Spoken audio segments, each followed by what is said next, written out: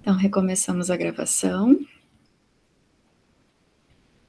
Durante a pesquisa, então, uma das obras que eu encontrei, foi em relação a esse humor inserido na cultura irlandesa, até mesmo na forma como as crianças são criadas. Quer dizer, esse rir de si mesmo, que é típico do irlandês e do humor irlandês, também estaria presente na criação das crianças, na forma dos adultos falarem com as crianças. Para guiá-las às normas sociais, o estilo irlandês exercita a habilidade de fazer piadas e criticar seus pontos fracos ou erros pontuais. Vocês poderiam dizer: "Mas isso então é bullying?". Bom, é cultural, né, mas é quase realmente um bullying, uma outra cultura poderia chamar dessa forma. Claro que a gente não pode determinar que isso é uma regra ou que isso acontece com muita frequência na criação das crianças irlandesas a partir de apenas um texto. Mas considerando que o humor é cultural, é muito presente no falar do dia a dia do irlandês, o que torna também o discurso do irlandês um pouco mais informal, a gente pode pensar que dentro de casa, com os filhos, isso eventualmente realmente pode acontecer. Essa autora, Sarah Skyfe, vai dizer que a gozação interpessoal, isso é uma gozação interpessoal, né, pode ser vista como um passatempo irlandês e está presente também na obra do autor irlandês Samuel Beckett. Como eu falei para vocês, o humor é muito presente na literatura irlandesa, ainda que o objetivo daquela obra literária não seja humor, como aqui na exemplo do McCourt, são autobiografias para contar da sua infância de miséria, de fome, mas que ele conta com humor, que é possível ler com essa possibilidade de comicidade. A gente sabe que isso de perceber humor num discurso é muito, vai variar muito de pessoa para pessoa, é cultural. Como eu disse para vocês que vi lá no museu, pessoas de outras culturas, às vezes, tinham lido as obras e não tinham percebido nada de humor. E aí, conforme a gente começava a conversar, eles, de fato, essa passagem é engraçada. Isso também varia muito numa mesma pessoa, e vocês vão lembrar de exemplos com vocês mesmos, do dia de um dia para o outro. Tem dias que mesmo a gente sendo uma pessoa propensa a perceber humor nos discursos ou até fazer humor, tem dias que a gente está menos propensa, está mais fechada, preocupada com alguma coisa, né. Então, isso nos diz muito de o humor ser cultural. E essa característica de humor ser cultural, também nos diz que o humor e a forma de construção de discursos humorados pode ser aprendida. Quer dizer, a gente vê uma pessoa fazendo, daí tu vai moldando o jeito que tu ia falar alguma coisa para ficar soar mais engraçado, vai pegando o jeito e vai aprendendo. Esse livro que eu encontrei da Sarah Skyfe, ele é um livro que reúne vários artigos, vários ensaios. Em outro ensaio, então, vai estar dizendo que o autor vai estar dizendo que apontar alguém criticamente serve assim, na verdade o livro é de Weitz e o ensaio é da Sarah Skyfe. Apontar alguém criticamente serve assim como um passatempo nacional na Irlanda.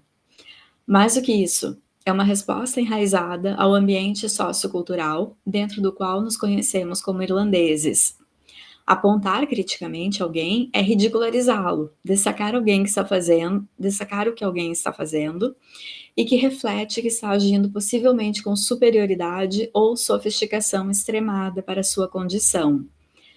Por esse fragmento aqui, a gente pode retomar aquela teoria do Bergson do humor que nivela, o humor que pole a inflexibilidade, o humor que pole ou desgasta aquela aresta diferente, aquela pessoa que está se destacando, que está sendo muito exibida ou muito sofisticada.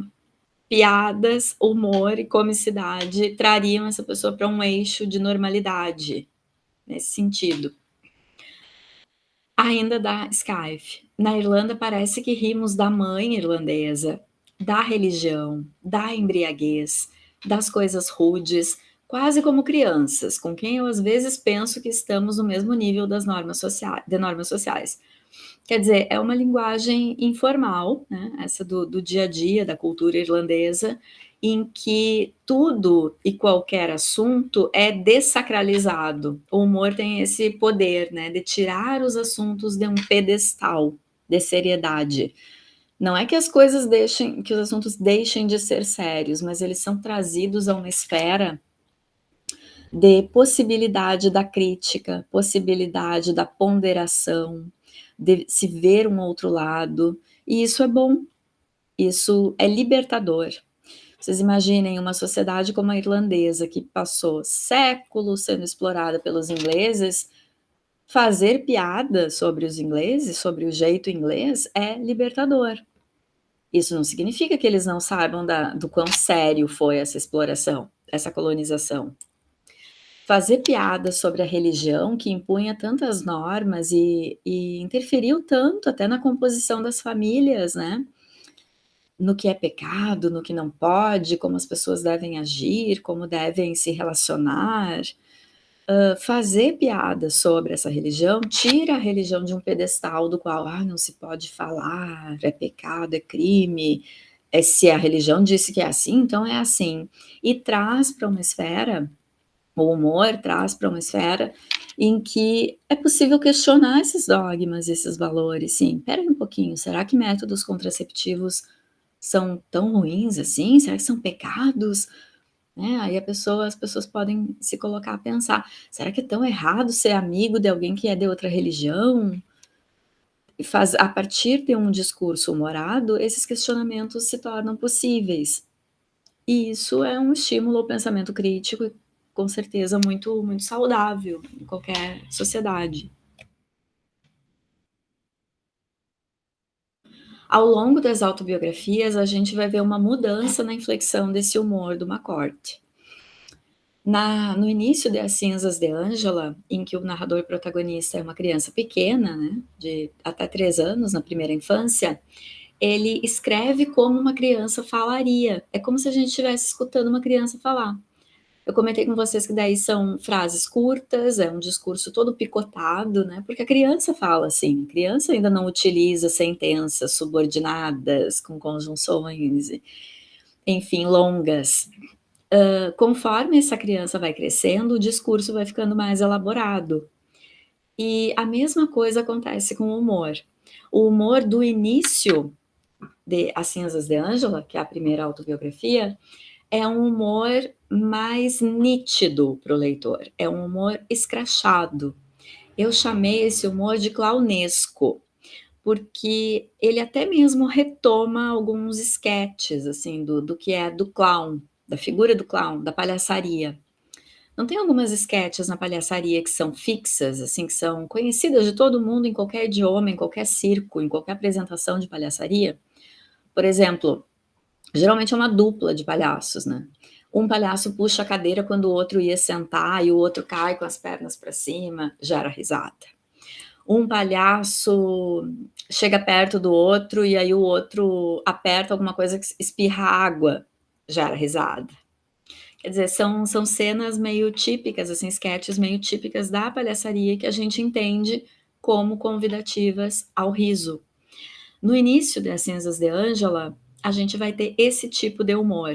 Quer dizer, é aquele momento do batizado, que está no capítulo 1, eu acho, que está ali no PDF que eu coloquei para vocês, em que a Ângela derruba o bebê Frank na pia batismal, quase afoga a criança, mas é esse humor da atrapalhada, sabe? Tá nessa fase também a questão da certidão de nascimento do Frank, quando o Malak pai vai ao cartório tão bêbado que não consegue falar, fala uma coisa, aí o atendente do cartório não entende, fala de novo, não entende de novo, resolve marcar só masculino no nome. É uma palhaçaria, assim, um humor fácil de depreender. Conforme essa criança vai crescendo e a autobiografia vai continuando, o humor também vai ficando mais elaborado, junto com o discurso do narrador protagonista. E vai ficando mais sutil. Por isso que é possível ler o livro e nem perceber. Mas tem humor? Nem sei, acho que eu não ri, algumas pessoas falavam. Mas é por isso. E na segunda autobiografia, quando aí é um Frank, é um jovem adulto, falando como se fosse um jovem adulto, é um humor ácido, irônico, porque o Frank adulto já tem as suas amarguras da vida acumuladas, já tem alguma melancolia, que a criança não, a criança é mais inocente, a criança tem um riso fácil, o adulto já coloca mais filtros no seu discurso, diz o contrário do que queria dizer, a ironia, como forma de atingir, de expor o vício de uma outra personagem, o vício barra defeito, né? Eu coloquei ali um fragmento bem do início da narrativa, que é uma forma também de tratar de um assunto super sério, é um exemplo aqui de um assunto sério, que é o abandono parental, sendo tratado mais uma vez nesse invólucro de humor. Mais um exemplo para vocês. O Frank contando de como que o avô paterno dele, que ele não conheceu, como que foi a saída de casa do avô paterno.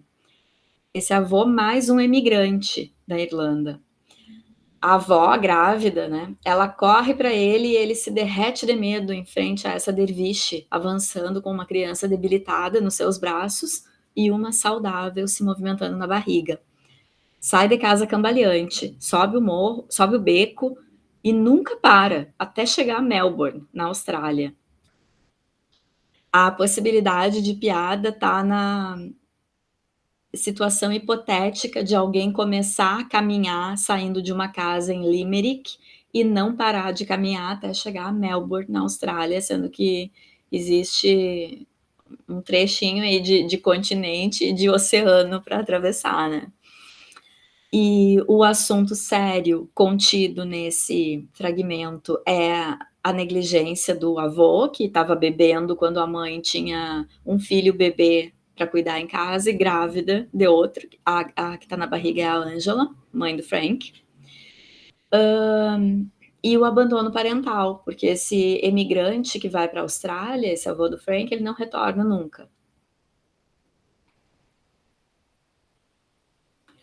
Além disso, o humor no início da narrativa aparece com uma certa frequência. Conforme o narrador protagonista vai ficando mais velho, o humor vai ficando diluído, disperso na narrativa. Vai dando espaço a, a uma narrativa mais seca, mais dura, mais aí então melancólica, que é mais o caso do segundo livro, do Tis a Memory. Então, a partir dessa forma humorada do Frank McCourt narrar, a gente entra em contato com questões culturais e históricas da Irlanda. Bom, sobre essa construção narrativa humorada na literatura, Beth Bright vai falar que as formas de construção, manifestação e recepção do humor, configurado ou não pela ironia, porque a Bright escreve muito sobre ironia, podem auxiliar o desvendamento de momentos ou aspectos de uma dada cultura, de uma dada sociedade. O deslindamento de valores sociais, culturais, morais ou de qualquer outra espécie parecem fazer parte da natureza significante do humor. Assim sendo, uma manifestação humorística tanto pode revelar a agressão a instituições vigentes, quer dizer, um humor punitivo, né? Desculpa, quanto aspectos encobertos por discursos oficiais, cristalizados ou tidos como sérios. Mas pode também transmitir ou instaurar preconceitos. Quer dizer, o humor nem sempre vai ser positivo numa narrativa. Aqui na do Frank a gente viu, né, que tem esses aspectos, às vezes ele é cruel com algumas personagens, fazendo dessas personagens agente do humor, de uma forma a sublinhar muito os seus defeitos. Mas é a história da vida dele e ele achou que essas personagens merecem, né?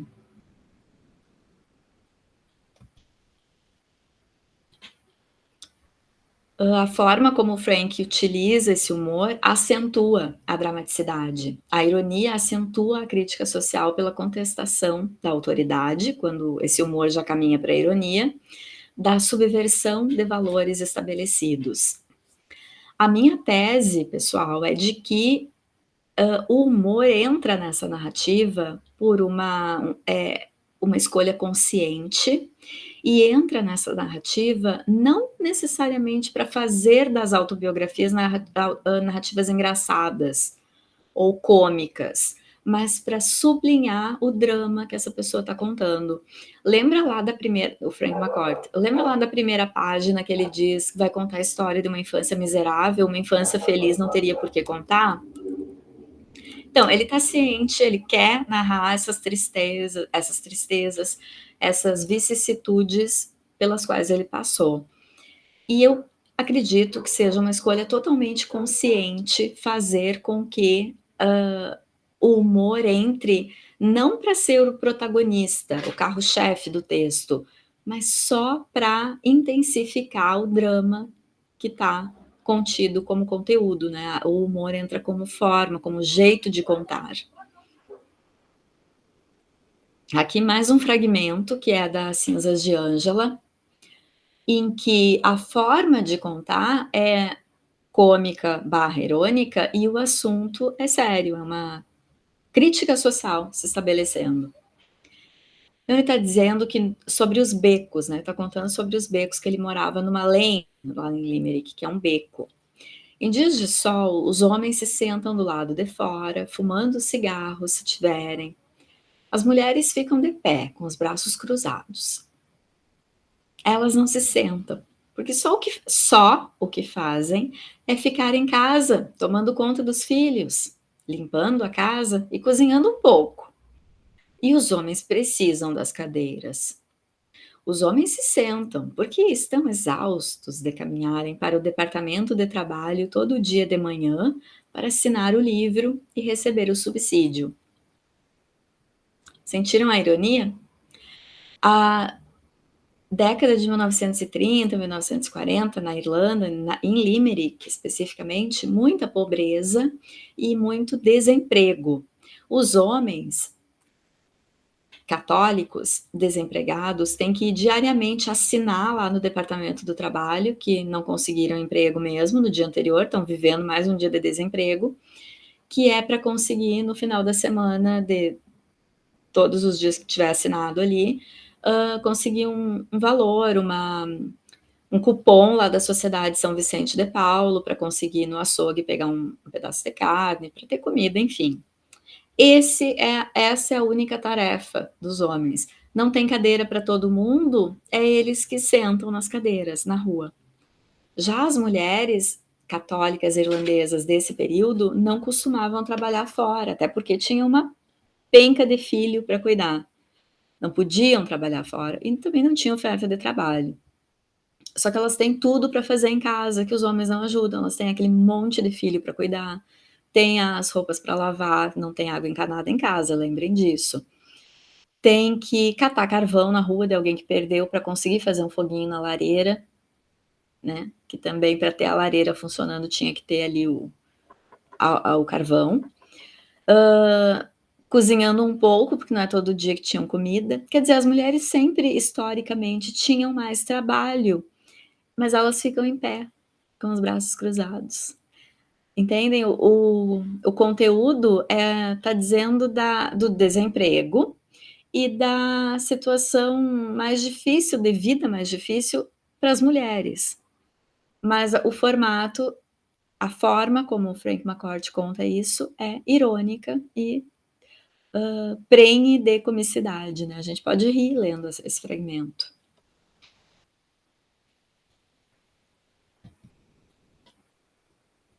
Eu tenho colocado alguns fragmentos de autores, assim, de referencial teórico que eu utilizei na tese, que falam sobre humor, sobre ironia. Mostrei ali a capa do Vivian Mercier, né, que foi um livro super importante para mim, nesse entendimento do humor irlandês e na história do humor mesmo.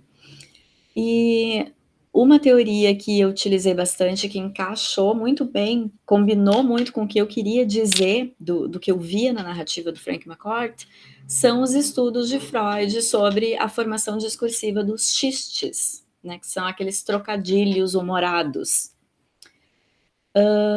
Freud tem uma explicação eu nem queria usar, pessoal, eu não queria ir para esse lado da psicanálise, eu queria manter o referencial teórico com crítica literária e filosófica, e não partir. Mas quando eu comecei a pesquisa, eu não sabia de muitos nomes que tivessem escrito sobre humor, acabei indo ler Freud, porque sabia que tinha esse estudo sobre os xistes, além do Bergson, né, o próprio Freud leu o Bergson, e acontece que foi perfeito, assim, valeu a pena ter lido. Porque Freud tem uma explicação para esse tipo de combinação tragicômica nos discursos, em que o conteúdo é dramático, mas o jeito de contar é engraçado. Ele tem a explicação que é a seguinte: pra gente acessar uma memória triste, recontar, narrar um sofrimento, isso significa um dispêndio energético para o corpo, que é uma coisa gigantesca. O que o corpo gasta de energia para acessar uma memória triste. Só que o corpo é super esperto, o cérebro é super esperto, né? Então o cérebro cria, algumas pessoas conseguem fazer isso e vão se acostumando a fazer, é cultural, podem aprender, a criar um jeito engraçado de contar o que na verdade é triste.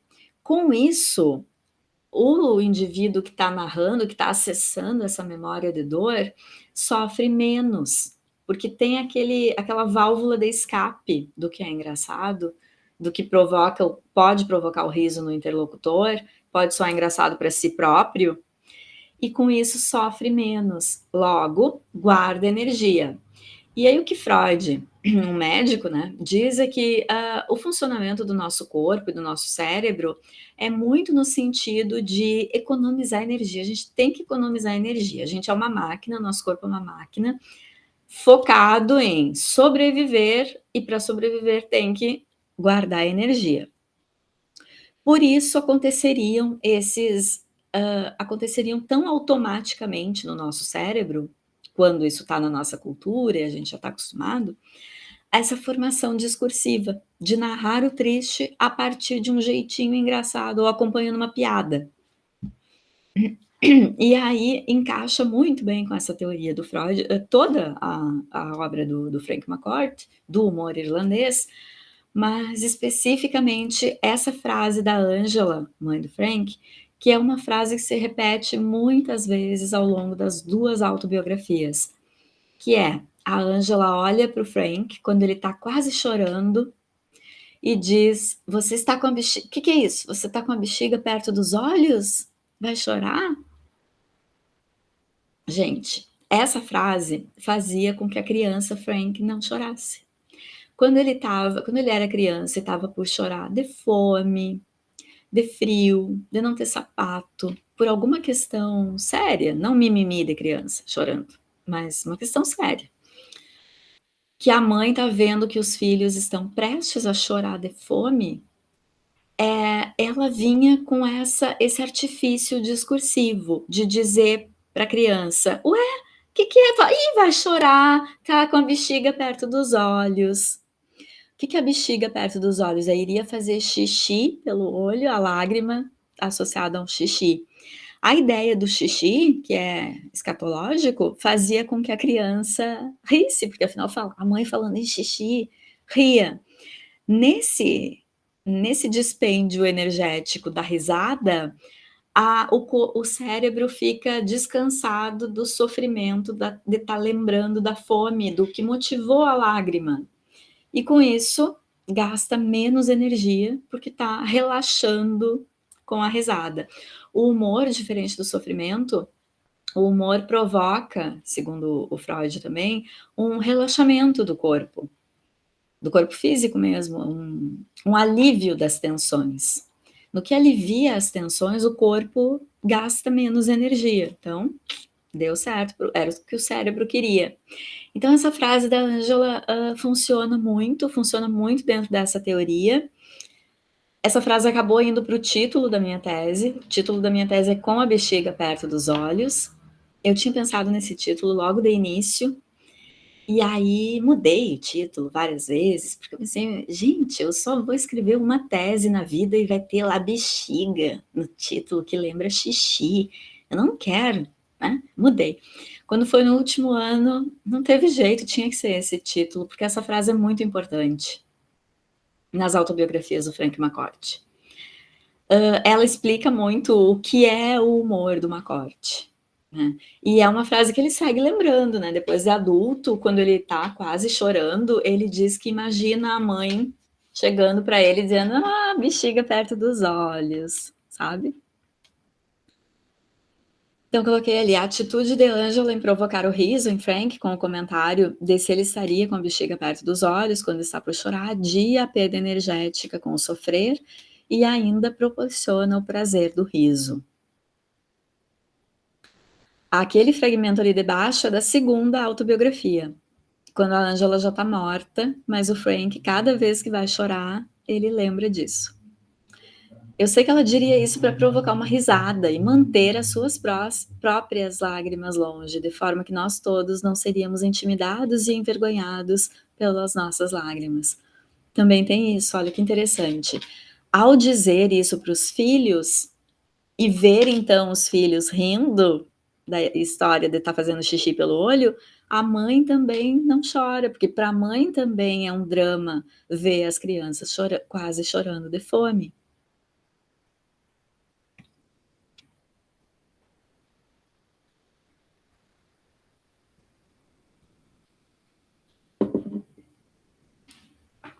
Um outro teórico que eu usei, que vai falar nessa natureza dialética do riso, do cômico, aliás, que inclui em si o trágico e o humorado. Está no intermédio. Nas situações de comicidade, a conduta resultante é uma síntese e uma superação desses contrários. McCourt expõe situações que, a princípio, podem despertar a compaixão no leitor, mas a compaixão é inibida ou adiada pela lembrança de que quem está narrando, né, é a vítima que sobreviveu, é o garotinho que passou fome, mas sobreviveu. E ele sobreviveu em condição de elaborar o seu drama enquanto um discurso cômico. Então o leitor está liberado para rir. Quer dizer, essa a teoria do Freud de novo para gente que é leitor, né.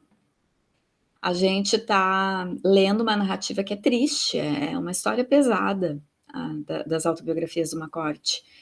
Mas a gente, com essas risadas de quando em quando, essas possibilidades de achar graça de quando em quando, economiza muito da nossa energia, porque daqui a pouco são 2 livros grandes, olha só. Daqui a pouco, se fosse todo esse volume de narrativa autobiográfica só contando tristeza, não tivesse tido o mesmo número de leitores que teve e tem ainda, são livros ainda vendidos. Eu sei que são vendidos porque lá no museu vendia-se os livros e pessoas ainda chegavam e compravam para dar de presente, porque daí estavam empolgados, né, com o tour guiado também. Talvez as pessoas não tivessem aguentado, não tivessem tido estômago. É mais difícil ler o que é só dor, só tristeza, mas aqui é uma dor e uma tristeza pontuada por uma possibilidade de dar uma risada de quando em quando. Fica mais agradável. Então, até como estratégia de marketing, McCourt foi esperto. O Bergson fala também desse desarme pelo riso, né. Minoa vai falar que o riso marca a passagem brutal de um estado de tensão física para um estado de relaxamento, de distensão. A Eu também usei na minha tese essa ideia de que o relaxamento provocado pelo riso no corpo, quando a gente solta a musculatura, deu uma gargalhada ou só riu, mas liberou, assim, a musculatura do rosto, isso faz com que a nossa concentração se fixe no enunciado que vai vir a seguir. E com isso a gente recebe o enunciado, que daí no caso é triste, é drama, com muito mais atenção do que se simplesmente a gente tivesse partido direto para o enunciado triste. Se o leitor é colocado de cara com o enunciado triste. esse anteparo do discurso cômico prepara o leitor ou o ouvinte, na minha opinião, e parece que na opinião do Minoá também, prepara o ouvinte ou leitor para receber mais atento o que é a informação triste ou dramática. E aí eu coloquei os filmes do Charlie Chaplin, depois eu vou falar para vocês, mas eu queria propor um exercício para quem ainda não viu o filme A Vida é Bela, do autor, do diretor e ator, que é o protagonista do filme italiano, Roberto Benigni. Para quem ainda não viu esse filme, o exercício que eu proponho é o seguinte: veja primeiro o filme da metade para o final. Esse filme, no início, ele tem a mesma característica do início das autobiografias do McCort, ele é clownesco. O Benigni faz o protagonista e ele faz várias esquetes que são do humor facilmente entendível, da cultura da palhaçaria. Mas é um filme que fala sobre uma informação dramática para a história da humanidade, que é o Holocausto, é a Segunda Guerra Mundial, é a guetificação dos judeus, são os campos de concentração. A partir de uma metade do filme, o filme vai falar mais, vai parar com essa palhaçaria, esse humor clownesco, e vai focar no drama que está contando do Holocausto. Se você assistir o filme do meio para o final, você vai receber essa informação. Todo mundo sabe a história do nazismo. Mas se você assistir o filme do meio para o final, você vai receber essa informação dramática de uma forma. Se você assistir o início e gargalhar com essas esquetes cômicas do início, e com isso você vai também se apegar aos personagens, porque ao rir com o personagem você se identifica ou se apega aos personagens, você vai viver aquela segunda metade do filme, aquele segundo drama, com muito mais tensão, vai sofrer muito mais junto. E a minha teoria é de que isso acontece porque aquele período do filme que é de gargalhada, de possibilidade de riso, de humor, te prepara fisicamente mesmo, porque te relaxa, te prepara para assistir a segunda metade do filme com muito mais atenção. O humor nos contamina numa forma, quando a gente se deixa levar pela comicidade, de uma forma que te desliga para todas as outras informações ao redor. E aí a informação dramática te pega quando tu tá desligado de tudo e focado só ali, naquele discurso. Por isso que a gente diz, né, quem concorda com essa teoria, que a comicidade intensifica o drama discursivo.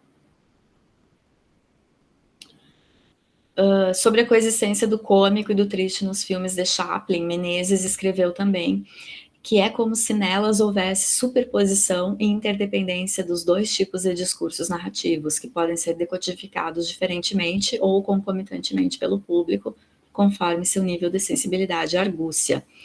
Bom, Menezes fala que essa característica que eu encontro na narrativa literária do McCort e na narrativa fílmica do Roberto Benigni é muito característica, está nos filmes do Charlie Chaplin. E sim, né? Quem é aqui que nunca deu uma gargalhada, uma risada, assistindo um filme do Chaplin? Se vocês já assistiram. Algum. A expressão fazer xixi pelo olho é interessante mesmo, Beatriz. Uma válvula de escape para coibir o choro e ainda provoca o riso. Uhum, vai de um extremo ao outro, né? Bom, se vocês já assistiram algum filme do Chaplin, é possível que tenham rido, gargalhado ou achado graça, dependendo do dia do humor de vocês também. Mas aí eu pergunto para vocês sobre o que são os filmes do Chaplin. Qual o mote? O que é tratado nesses filmes? São comédias? São filmes de humor?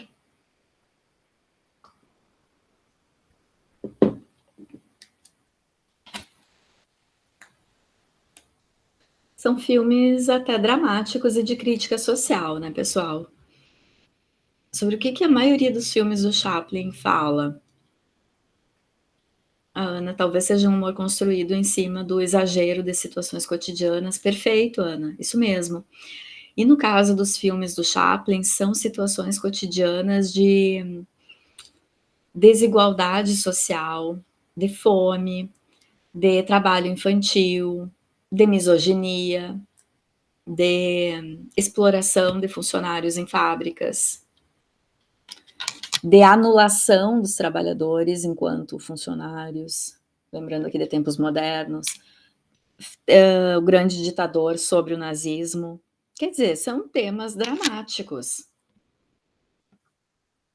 A Beatriz, os filmes do Chaplin são convite ao riso, drama e comédia. Exato, eles são convite ao riso, Beatriz, mas aí quando a gente tá rindo lá, gargalhando com o Chaplin. E aí quando a gente para pensar, a gente tá rindo a figura do Carlitos é um mendigo, né, ele é um sem teto, que tá passando fome, a maioria dos filmes ele tá passando um perrengue para conseguir um pão, não sei se vocês lembram, tem várias cenas assim.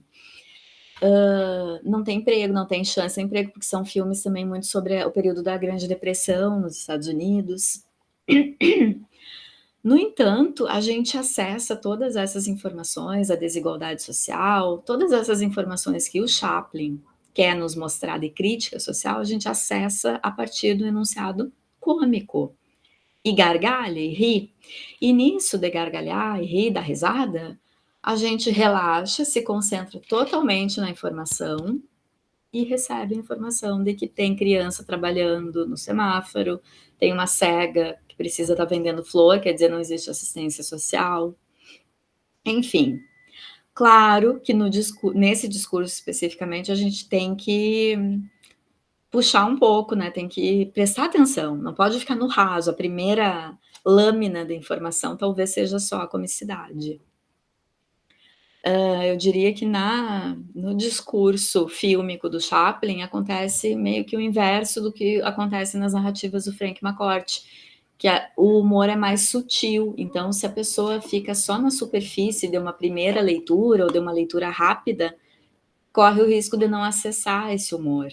E nos filmes do Chaplin, se a pessoa não prestar muita atenção, compra o filme por uma comédia, quando na verdade é um discurso de crítica social.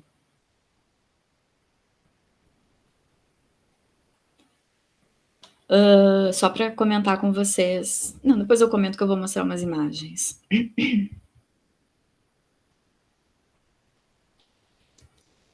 Bom, é a coexistência do trágico e do cômico.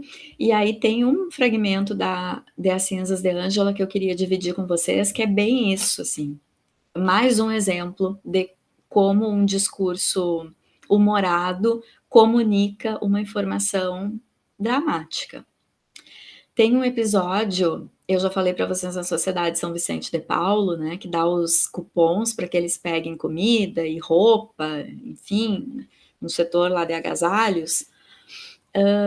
A Sociedade São Vicente de Paulo, de quando em quando, nessas famílias que iam lá buscar os cupons e pedir ajuda, de quando em quando eles visitavam as famílias para comprovar se eram pobres mesmo, estavam pegando políticas públicas ali, afinal, aquela ideia de que, poxa, pobres, se tu ajuda, não querem trabalhar, vivem sabe aquela ideia? Então eles iam nas casas. A família McCourt vivia nesse beco e eram sobrados, assim, coladinhos, geminados, um colado no outro, esses sobradinhos. O sobrado que tocou para a família McCourt é o que fica logo ao lado da latrina, da onde toda aquela comunidade do beco vai usar como banheiro. E não é banheiro com encanamento, gente, é banheiro como era antigamente, né? Que se chamava latrina. Bom, quando chove, tem todo um problema de alagar aquela rua, aquele beco, e como tem aquela condição ali da latrina com esgoto, entra a água da chuva na casa dos McCourt, na parte de baixo do sobrado, mas também entra o esgoto, é aquela água suja, fedida. Então, quando chove, e lembra que em Limerick chove quando? Um dia sim, outro também, né? Chove muito, pessoal, fora de brincadeira. entra aquela água úmida, não dá para usar a parte de baixo do sobradinho, então eles acabavam morando só na no era um cômodo embaixo, um cômodo em cima. Acabam tendo que morar só no cômodo de baixo. E para acessar no cômodo de cima, e para acessar a parte de cima, eles tinham que pisar na água suja. Daí o Frank ter ido internado com febre tifoide, quando criança. No momento que chegam essas pessoas da Sociedade São Vicente de Paulo para verificar o quão pobres essa família o quão pobres são, se merecem os cupons mesmo, estava alagado nesse estado aí com esgoto. Como era muito úmido na parte de baixo do sobrado e mais seco na parte de cima, os McCourt, com o humor irlandês, nomearam a parte de baixo do sobrado de Irlanda, sempre suja, fedida e úmida, e a parte de cima onde ficava seco e até batia um sol, de vez em quando, eles nomearam de Itália, quente com sol. E aí chamavam a casa assim: "A mãe tá lá em cima na Itália. Ih, vou ter que descer, passar pela Irlanda para sair na latrina", coisas assim. E aí quando o pessoal da Sociedade São Vicente de Paulo chegam e perguntam pelos pais, eles dizem: "Estão na Itália". Bom, esses homens sobem passando pelo esgoto, vão lá para cima. Cadê? Perdi. Vão lá para cima e voltam com essa informação irônica de que lá em cima não é a Itália, é Calcutá, na Índia. Bom, a Itália é um país também pobre, mas ainda na Europa, né. Agora, os homens deram um outro nome para o andar de cima do sobrado, os homens da Sociedade São Vicente de Paulo, achando que aquela família mora no meio de uma calamidade, de miséria, então que seria Calcutá, também quente, mas na Índia, né, que é pobre, que é ainda mais pobre do que era a Europa então. Quer dizer, a informação é um trecho, assim, que eu contando não ficou tão engraçado, mas lendo dá para extrair alguma comicidade.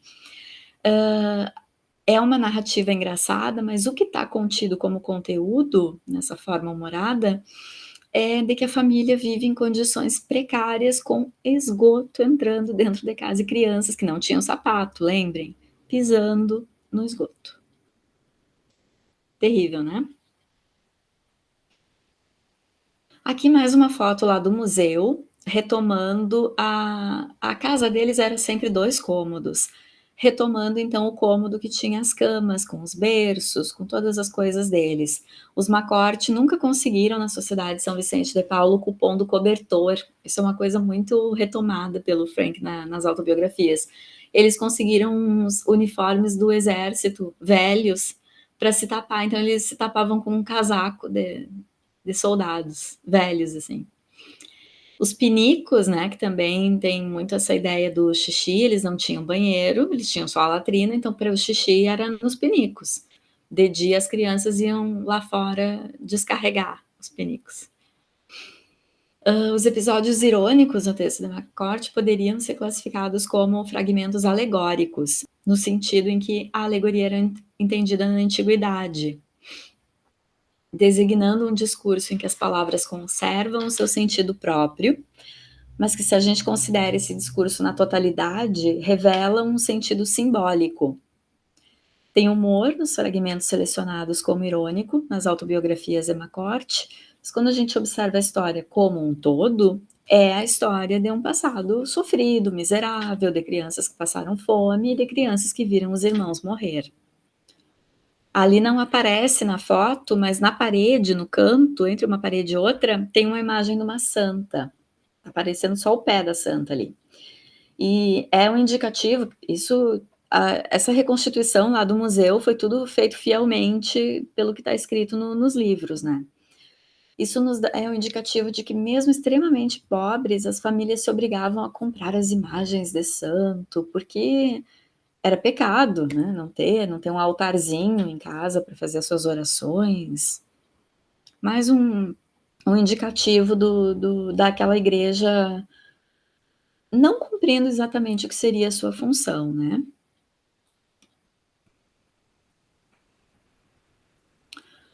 Então a narrativa do Frank usa o humor para mostrar a fome, a morte.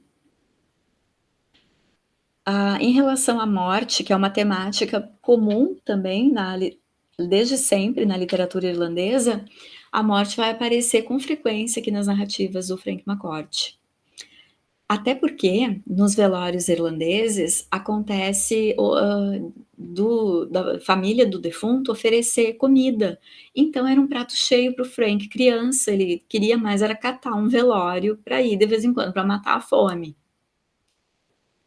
E aí acontece que um dos coleguinhas de aula da Lim School tá com a irmã muito doente, porque a mortalidade infantil era altíssima, até pelas condições precárias da cidade em que viviam os pobres, né. E aí esse coleguinha pede: "Rezem, amigos, porque para a Brenda não morrer durante as férias, se ela morrer num dia de aula, ele podia matar a aula naquele dia, né, era o dia de luto". E aí Frank vai dizer: "Uma das nossas preces deve ter sido muito poderosa, porque Brenda permaneceu viva e não morreu até o primeiro dia da escola". E aí nisso eles, como pagamento de ter rezado para Brenda não morrer nas férias, eles iriam supostamente ganhar o banquete do velório. Só que quando eles chegam lá, o Frank e os outros miseráveis, a família do amiguinho não deixam entrar para filar o banquete. E aí eles acabam rezando de novo para se vingar desse amigo, né, não necessariamente porque o amigo morresse, mas dentro do universo infantil ali de vingança. E uma das nossas o Frank de novo, uma das nossas preces foi com certeza muito poderosa, porque no verão seguinte, Mickey, esse amigo irmão da Brenda, é levado pela tísica galopante e não pega um dia de folga da escola, e isso com certeza vai lhe ensinar uma lição. Quer dizer, o humor tá em que o amigo não pega nem um dia de folga da escola, mas ele é o defunto, né. E a informação triste, dramática, é da mortalidade infantil, da alta incidência de mortalidade infantil. Mercier vai dizer que morte e velórios eram temas recorrentes nos textos humorados da antiguidade celta, compondo aquilo que ele chamou de humor macabro.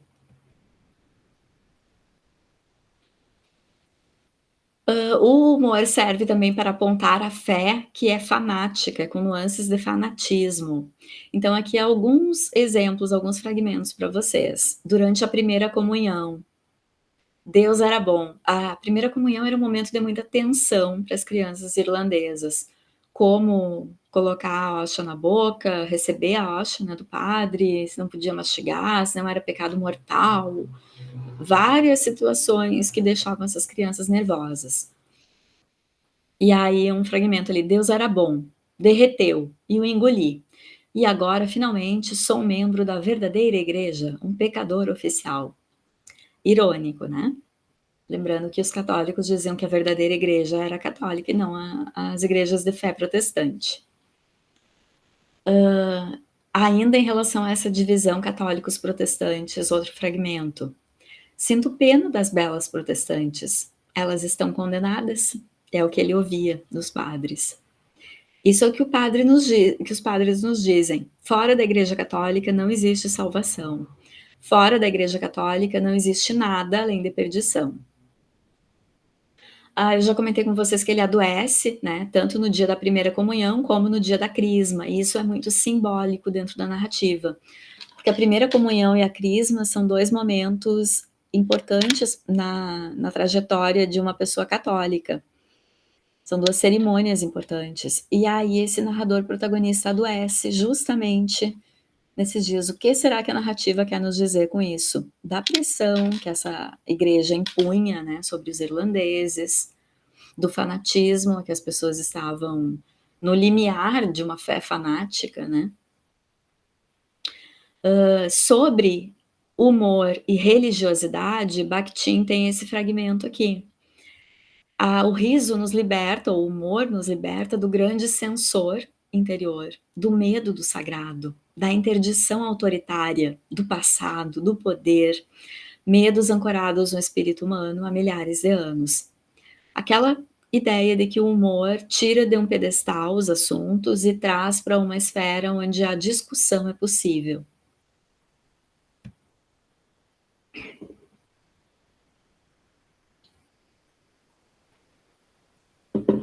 Bom, a gente não comentou o título, né, da primeira autobiografia. Comentamos quarta o título da segunda, do Is a Memoir, que dialoga com a última página do As Cinzas de Ângela, mas não comentamos o As Cinzas de Ângela. E isso é algo que sempre me intrigou, assim. Esse título, será que ele se refere ao fato de que tem a ver com o clima de Limerick? Limerick é muito, toda a Irlanda, sempre nublado, sempre tudo muito cinza. Se bem que não, porque no inglês não seria a mesma palavra, mas será que se remeteria alguma forma ao fato dessa atmosfera da cidade? Por isso As Cinzas de Ângela? Será que se referia ao fato de que Ângela fumava muito e estava sempre com um cigarro e o cigarro produz cinzas? Será que se referia ao fato de que Ângela passava longas horas de fome e esperando pelo marido voltar do trabalho, que ele nunca estava trabalhando, estava bebendo, mas ela passava essas longas horas olhando para a lareira, olhando para as cinzas que se formavam ali na lareira? Será que as cinzas é uma forma do Frank McCourt se referir aos muitos filhos, quer dizer, aos restos da Ângela, que muitos filhos morreram, né, 3 morreram, seriam essas cinzas que ela vai deixando pela vida? E aí essa pergunta eu tinha, levei para o pessoal do museu também, e também tem a ver com o fato de é tudo isso, eu perguntei isso para o Malak, o porquê do título, e ele disse que é tudo isso, mas é também o fato de que Frank decide, enfim, escrever o livro, que ele já tinha esse livro ensaiado, já tinha virado uma peça de teatro em parceria com o próprio Malak, tinha cadernos, assim, em casa, escrito à mão mesmo, com pequenas histórias do passado, da infância, que ele tinha a ideia de transformar em livro, que depois ele usou no livro. Mas ele toma a decisão quando eles cremam a mãe. E essa, gente, é a cumbuca que guardou as cinzas de Ângela, da cremação de Ângela. É uma cumbuquinha de madeira feita na época que a Ângela morreu, a esposa do Malak estava fazendo uma aula de artesanato na madeira. Tinha essa cumbuca, não é que colocaram as cinzas, ela vinha dentro de um recipiente, eu acho, de uma pequena urna, não sei, mas ela ficou morando aí nessa cumbuca. Sim, e essa cumbuca estava no museu. Então, é tudo isso, o Malak diz que é tudo isso, claro, explica o título, os filhos também serem as cinzas da Ângela, mas, tem a ver também com o fato deles terem cremado, essa mãe ter cinzas de Ân existirem as cinzas da Ângela, tá. Bom, ainda do livro do Minoa, que é sobre humor e ironia, ele faz esse contraponto do humor com a religiosidade, né, com o catolicismo. E diz que o cristianismo, ou o catolicismo, é uma religião séria por excelência, porque rir é pôr em dúvida, é discutir, é ponderar, é tirar aquele rótulo de autoridade. E a igreja cató o dogmatismo católico não permite muito, ou não permitia nessa época na Irlanda, essa discussão acerca do que é dado como o correto, o ideal, a forma de viver certa, né. Então para rir é preciso dúvida, um início de distanciamento, ao menos fictícia, para brincar. E no discurso católico irlandês não tinha esse espaço. E aí eu coloquei aquela frase ali, humor irlandês à resistência. E resistência no sentido de se impor em relação aos ingleses e também em relação a esse catolicismo que era exagerado, lá, nesse tempo. Não digo que o catolicismo que existe hoje na Irlanda seja, mas a gente está falando desse momento aí do primeira metade do século XX, né. E aí essa frase de que o humor é uma forma de resistência, me lembra uma frase do ator brasileiro Paulo Gustavo, lembra que ele falou isso? "Rir é um ato de resistência"? E essas 2 ideias, essas 2 formas iguais de entender o humor, também aproxima a cultura irlandesa da brasileira, né, além do saber rir de si próprio.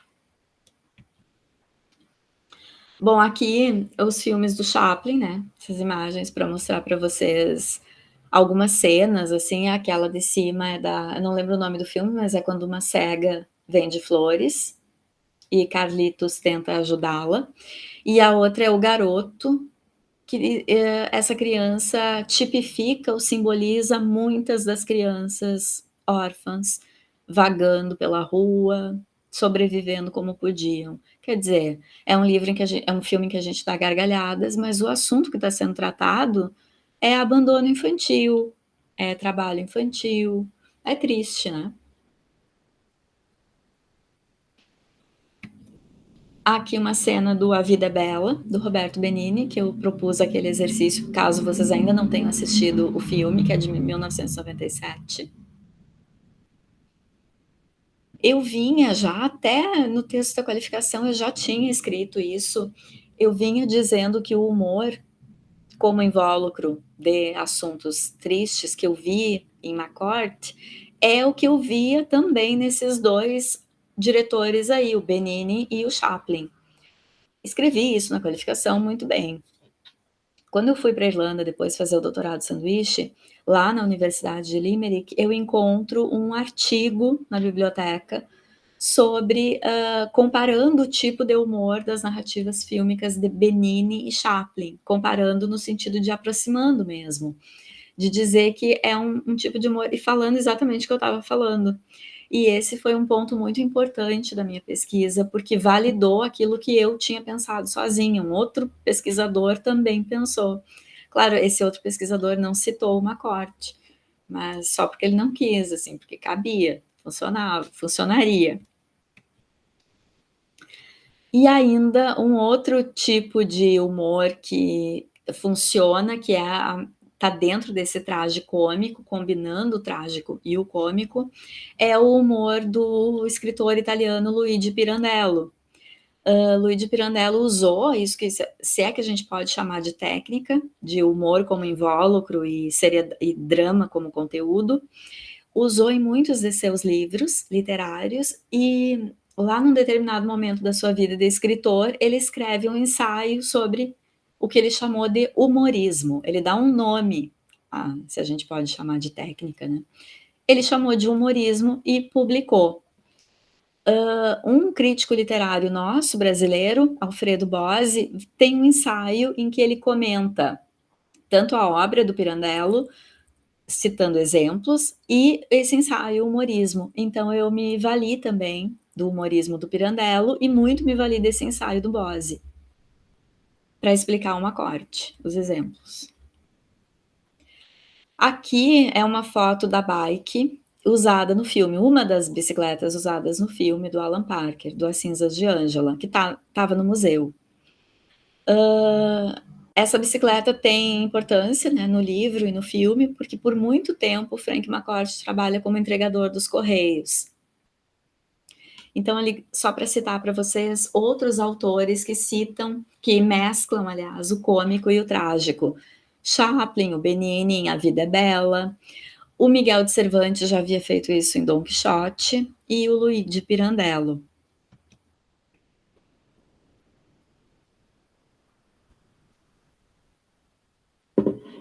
Aqui, pessoal, a gente viu que uma das últimas facetas identitárias a se formar nessa personalidade do narrador e protagonista, que é o Frank McCourt, é a identidade de leitor com aspirações a vir a ser escritor, né. E aqui é talvez a primeira vez que o Frank McCourt foi um escritor com uma audiência e recebeu um pagamento, entre aspas, por ter sido um bom escritor. Isso aqui é uma redação chamada Jesus e o Tempo, que ele escreve quando está com 11 anos. Lembra que ele ficou muito tempo internado com febre tifoide no hospital. Ele não estava parado, né, ele estava lendo Shakespeare, só que quando ele volta para a escola, ele tinha perdido o ano, ele não consegue acompanhar. E aí no ano seguinte ele tem que entrar na turma anterior, coleguinha do Malak, o irmão mais novo. Isso era uma vergonha. Só que ele escrevia muito bem já, e ele escreve essa redação, e essa redação faz um sucesso na Lime School, um sucesso tão estrondoso que o professor catapulta ele para o ano seguinte, o ano em que ele deveria estar.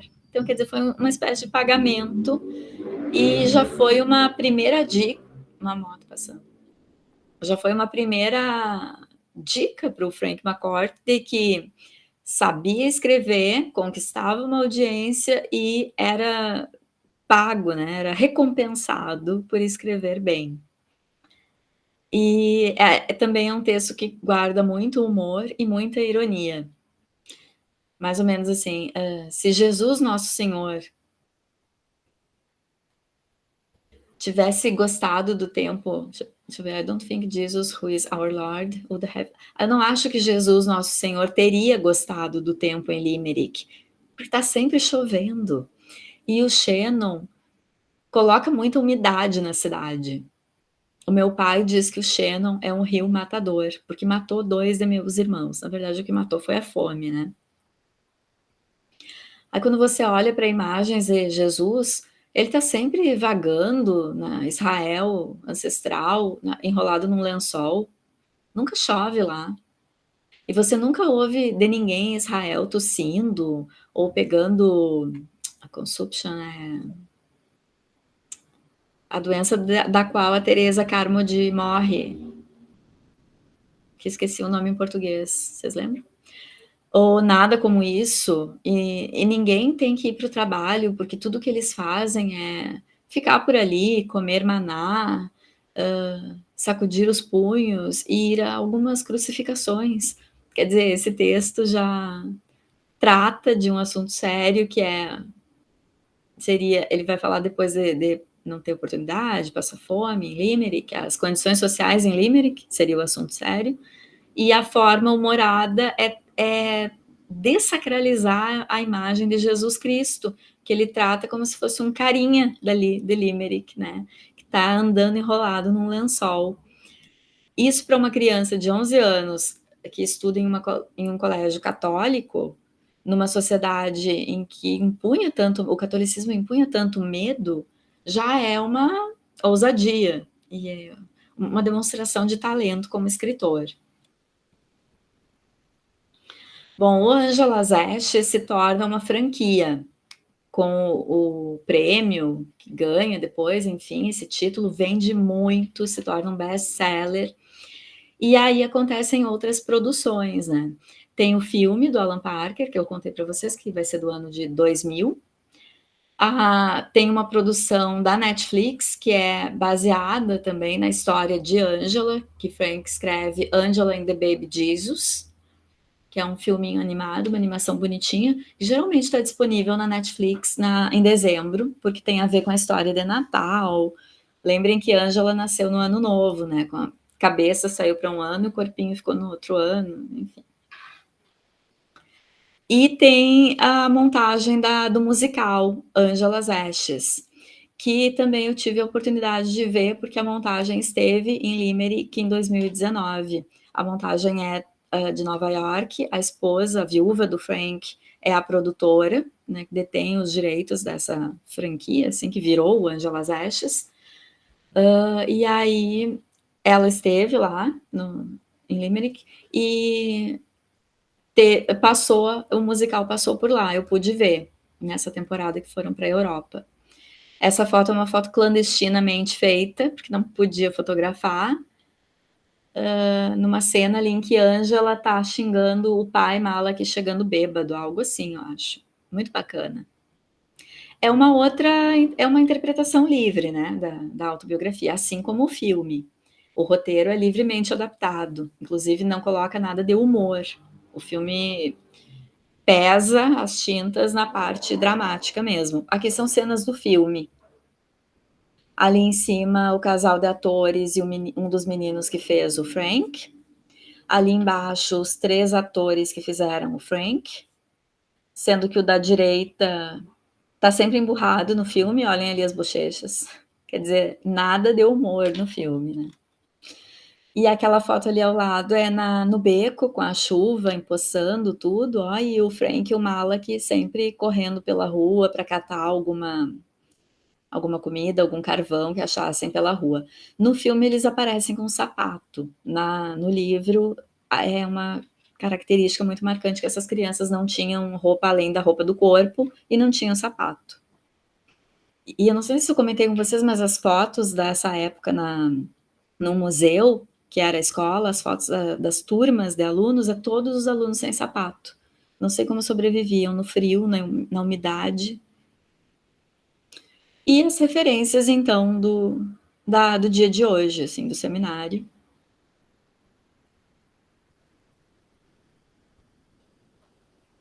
Deixa eu ver aqui, se vocês têm algum comentário, pergunta. Tuberculose, Ana, perfeito, obrigada.